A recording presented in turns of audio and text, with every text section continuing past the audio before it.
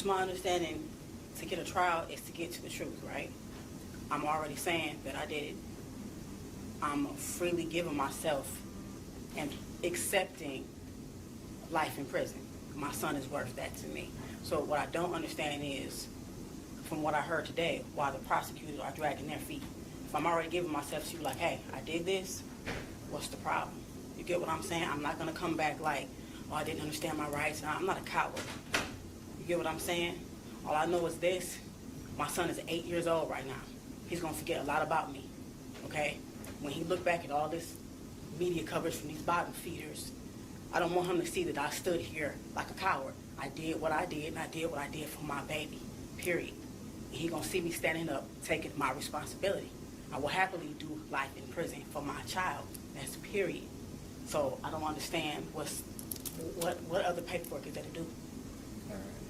Well, Ms. Blair, I appreciate what you just indicated to the court. These are some very serious charges and very. And I understand all of them. If y'all give me an seen opportunity it, now. Give me an opportunity. I've confessed 3 times. I'm not going to stop saying what I did. You get what I'm saying? I understand. These are very serious charges with very serious consequences.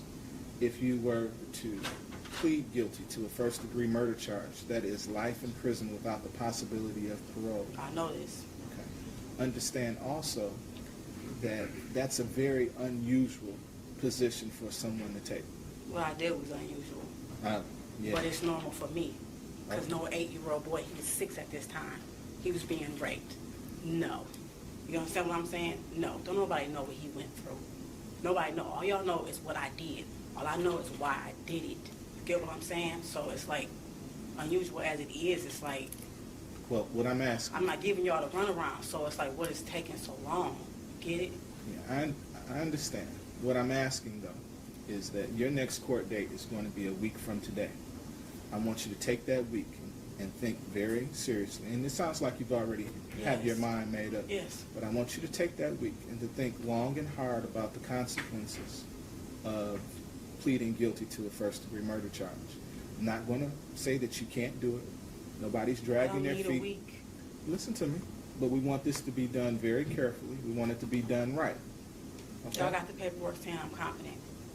Yes, ma'am. And I just told you, my son's going to forget a lot of things about me, but he will not forget.